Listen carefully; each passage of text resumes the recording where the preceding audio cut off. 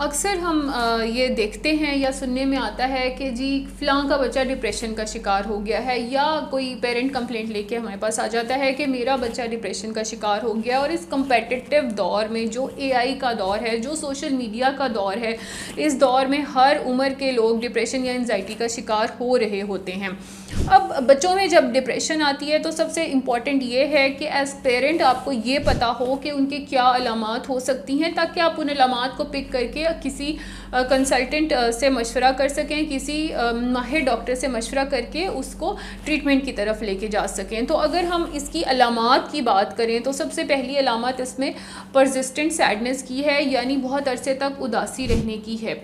और वो जो बच्चा है ज़्यादातर होपलेस या मायूस महसूस करता है, और दूसरे नंबर पे वो बहुत ज़्यादा किसी चीज़ में इंटरेस्ट नहीं लेता। फॉर एग्ज़ाम्पल उसका पढ़ाई में इंटरेस्ट नहीं होगा, उसका खेलने कूदने में भी इंटरेस्ट नहीं होगा, उसका अपने दोस्तों से मिलने में इंटरेस्ट नहीं होगा, उसका कहीं बाहर जाने में इंटरेस्ट नहीं होगा। So when you talk about loss of interest, तो फिर आपने उसका हर एस्पेक्ट ऑफ इंटरेस्ट देखना है, सिर्फ पढ़ाई की तरफ फोकस नहीं देखना, या सिर्फ पढ़ाई की तरफ लॉस ऑफ इंटरेस्ट नहीं देखना। तीसरे नंबर पे ऐसा बच्चा जो डिप्रेशन का शिकार होगा, एक तो उसका स्लीप पैटर्न जो है वो अल्टर्ड होगा, वो कोई नॉर्मल स्लीप पैटर्न नहीं होगा, या वो बहुत ज़्यादा सो रहा होगा, या वो बहुत ज़्यादा जाग रहा होगा। आपको एक नॉर्मल स्लीप पैटर्न से फ़र्क लगेगा। पैटर्न आप इसको कंपेयर कर सकते हैं कि जब वो बच्चा नॉट सो डिप्रेस था, या किसी हेल्दी मेंटल हेल्थ हेल्दी उसकी मेंटल हेल्थ अच्छी थी, तो उस वक्त उसका स्लीप पैटर्न वैसा नहीं था, लेकिन कुछ अरसे से उसके पैटर्न में कोई चेंजेस आना शुरू हो गया हों। इसके अलावा एक और बहुत इंपॉर्टेंट पैटर्न जो नोट करना होता है, दैट इज़ एपेटाइट। अब एपेटाइट के पैटर्न में ये नोट करना होता है, कुछ बच्चे हैं जो डिप्रेशन में बहुत ज़्यादा खाना शुरू कर देते हैं, और कुछ बच्चे हैं जो डिप्रेशन में उसे जो बहुत ज़्यादा खाना शुरू कर देते हैं उसे कहते हैं कि वो एंजाइटी में या डिप्रेशन में ज़्यादा खा रहा है। और कुछ बच्चे होते हैं जिनको भूख लगना कम हो जाती है। So it can go either ways, कम भी खा सकता है, ज़्यादा भी खा सकता है। इसके अलावा बहुत ज़्यादा फटीग महसूस करता है बच्चा, हर वक्त जिस्म में थकावट महसूस करता है, या माँ बाप को कंप्लेंट करता है कि मेरे जिस्म में दर्द है। जबकि जो ग्रोइंग एज के बच्चे होते हैं आमतौर पे उनको ऐसी कंप्लेंट्स नहीं होती। इसके अलावा ऐसे बच्चों को आमतौर पे कंसंट्रेशन की बहुत प्रॉब्लम्स होती हैं, ये किसी एक चीज़ पे कंसंट्रेट नहीं कर रहे होते। आप उन्हें एक टास्क देंगे, उस पर फोकस नहीं कर पा रहे होंगे, या फिर वो कोई आप उनको छोटे बच्चों के लेवल के डिसीजंस लेने का कहेंगे तो उस पर ठीक से चीज़ें डिसाइड नहीं कर पा रहे होंगे। So that is also another factor. अब हम थोड़ी सी बात कर लेते हैं कि चाइल्डहुड डिप्रेशन जो है इसकी क्या वजूहात हो सकती हैं, और इसमें कौन से रिस्क फैक्टर्स हैं जो इसको ट्रिगर कर सकते हैं। अगर हम वजूहात की बात करें तो जेनेटिक्स या फैमिली हिस्ट्री ऑफ डिप्रेशन जो है ये इंक्रीज़ करती है आमतौर पे बच्चों में भी डिप्रेशन का risk. So genetics play a great role. इसके अलावा कुछ न्यूरोट्रांसमीटर्स ब्रेन में ऐसे होते हैं जो जिनका जो लेवल है वो अल्टर हो जाए तो वो भी चाइल्डहुड डिप्रेशन कर सकता है।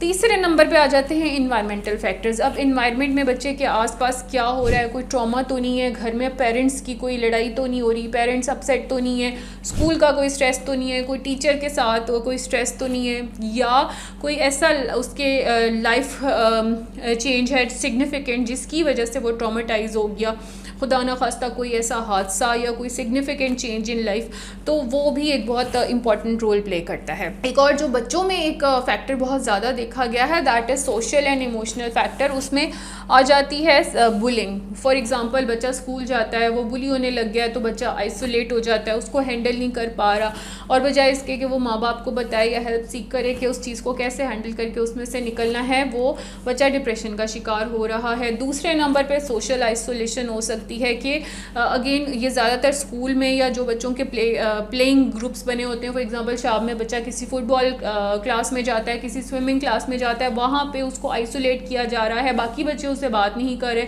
उसे कॉर्नर किया जा रहा है, तो ये भी एक इम्पॉर्टेंट फैक्टर हो सकता है। अच्छा, इसके अलावा कुछ ऐसी सिचुएशंस होती हैं ज़िंदगी में जिसमें जैसे डिफ़िकल्टीज़ इन रिलेशनशिप है, बच्चे का माँ या बाप के साथ सही से कनेक्शन मेंटेन नहीं हो रहा, या पेरेंट्स हैं सेपरेटेड हैं और किसी एक पेरेंट के साथ उसका राब्ता ज़्यादा है, किसी दूसरे पेरेंट के साथ कम है, तो ये भी एक इमोशनल ट्रिगर बनता है बच्चे के लिए डिप्रेशन का। सो ये कुछ फैक्टर्स हैं जो चाइल्डहुड डिप्रेशन को कॉज भी कर सकते हैं और ट्रिगर भी कर सकते हैं। ठीक, अब हम आ जाते हैं इसकी ट्रीटमेंट पे और सपोर्ट पे कि हमने अगर किसी बच्चे को आइडेंटिफाई कर लिया है कि वो चाइल्डहुड डिप्रेशन का शिकार है तो हमने उसको बेहतरी की तरफ किस तरह लेके जाना है। सबसे पहले तो इसमें होती है जी कॉग्निटिव बिहेवियरल थेरेपी, इससे CBT भी कहते हैं।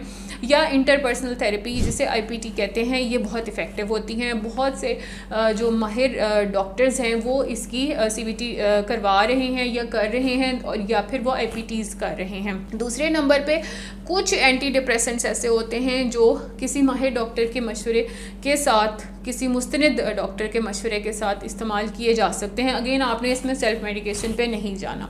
तीसरे नंबर पे इन दोनों चीज़ों से जो ज़्यादा इंपॉर्टेंट है, या आप कह लें कि इसके जितनी इंपॉर्टेंट है, that is social support. Social support दो जगहों से आएगी, एक आएगी फैमिली से, दूसरी आएगी फ्रेंड्स से।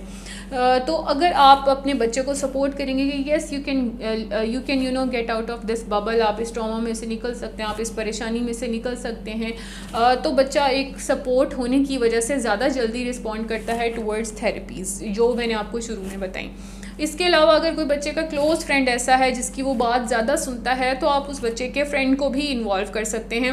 सो it will again be another support system for the child, और it plays a huge role. चौथे नंबर पे इन बच्चों के लाइफस्टाइल में कुछ रेगुलर चेंजेस की ज़रूरत होती है। तो आपने इन बच्चों को रेगुलर एक्सरसाइज का कहना है। अगर वो थिन लीन है या उनका बहुत ज़्यादा वेट गेन का मसला नहीं है, तो भी उन्हें कहें कि आप थोड़ी सी वॉक कर लें। कोशिश करें कि पेरेंट बच्चे के साथ जाए, वॉक करवाएं, बजाय इसके कि उसको हाई इंटेंसिटी वर्कआउट पे डालें या कार्डियो में या जिम में डालें। तो आप बच्चे के साथ वॉक करें या बच्चे के साथ कोई एक्टिविटी करें फिजिकल। दूसरे नंबर पे बच्चे को हेल्दी ईटिंग पे लाएं। फॉर एग्जांपल अगर बच्चा बहुत ज़्यादा जंक खा रहा है, पिज़्ज़ास, पास्तास, बर्गर्स पे आ गया है, तो उसे सैलड्स भी चखाएँ, उसे स्टीम्ड फूड भी चखाएँ, उसको ऐसे फूड घर पे बना के दें जो टेस्टी भी हो और हेल्दियर ऑप्शंस भी हों।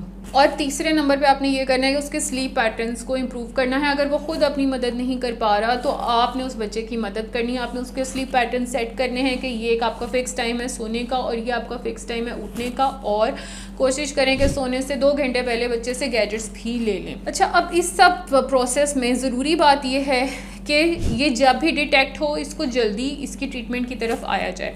अर्ली इंटरवेंशन जो है वो बहुत इंपॉर्टेंट है इसकी मैनेजमेंट में। इसमें सबसे पहले तो इम्पॉर्टेंट ये है कि ये डिटेक्ट जल्दी हो जाए। आम तौर पे वालिदैन इसको डिटेक्ट नहीं कर पा रहे होते कि बच्चा डिप्रेशन का शिकार है। समटाइम्स ऐसा होता है कि स्कूल के टीचर्स जो हैं वो बच्चों के माँ बाप को बुला के इन्फॉर्म करते हैं कि आपका बच्चा स्कूल में ठीक परफॉर्म नहीं कर रहा, या आइसोलेट हो रहा है, या लगता है ऐसे कि ये परेशान है, तो आप बताएं क्या वजह है। सो समटाइम्स टीचर भी बता देते हैं। अगर इससे पिक नहीं हो रहा तो बच्चों के फ्रेंड्स बता सकते हैं। लेकिन सबसे अच्छा ये है कि बच्चे पेरेंट्स के साथ अपना कनेक्शन अच्छा रखें, ताकि माँ बाप खुद उस अलामत को पिक कर सकें। उसके बाद जब आपने इसके अलामत को पिक कर लिया, तो पहला काम आपने ये करना है कि किसी मुस्तनिद डॉक्टर से जाके इसका इलाज शुरू कराना है। इसकी ट्रीटमेंट जो है वो पॉसिबल है, और कुछ ही CBTs के साथ बच्चा जो है उसमें इम्प्रूवमेंट आने लग जाती है। और जब आप इसको फ़ौरन ट्रीट करते हो अर्ली डिटेक्ट करके, तो जो लॉन्ग टर्म इसके नुकसानात हो सकते हैं या लॉन्ग टर्म कॉन्सिक्वेंसेज हो सकते हैं, उससे आप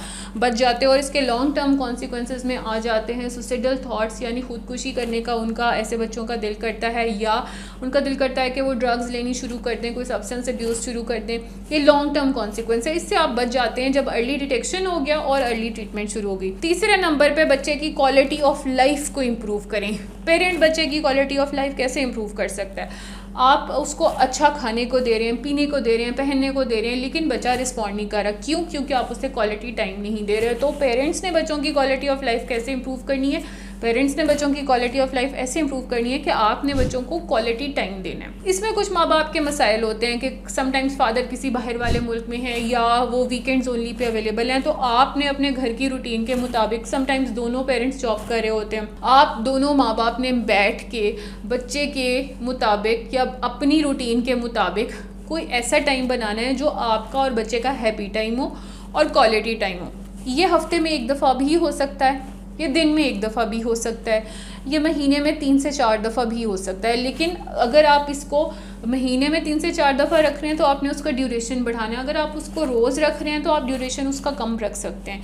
लेकिन जब आप उसको महीने में 3 से 4 दफ़ा या से 6 दफ़ा रख रहे हैं तो आपने जो टाइम है उसको बढ़ाना है और उसकी क्वालिटी अच्छी रखनी है। उसमें बच्चा गैजेट्स ना इस्तेमाल करे, उसमें आपने बच्चे को उदास नहीं होने देना, उससे दिल की बातें पूछें, उसे बातें समझाएं, तो इससे बहुत फ़र्क पड़ता है। अगर आप ये सस्पेक्ट करते हैं कि आपके आसपास कोई बच्चा ऐसा है जिसे हेल्प की ज़रूरत है या वो डिप्रेशन में है, तो इन सिम्टम्स को नोट करके आप किसी उसके एक तो पेरेंट्स को बताने की कोशिश करें, और फिर पेरेंट्स के ये रिस्पॉन्सिबिलिटी है कि फिर वो किसी मुस्तनद माहिर डॉक्टर के पास ले जाकर बच्चे का प्रॉपर ट्रीटमेंट शुरू करें।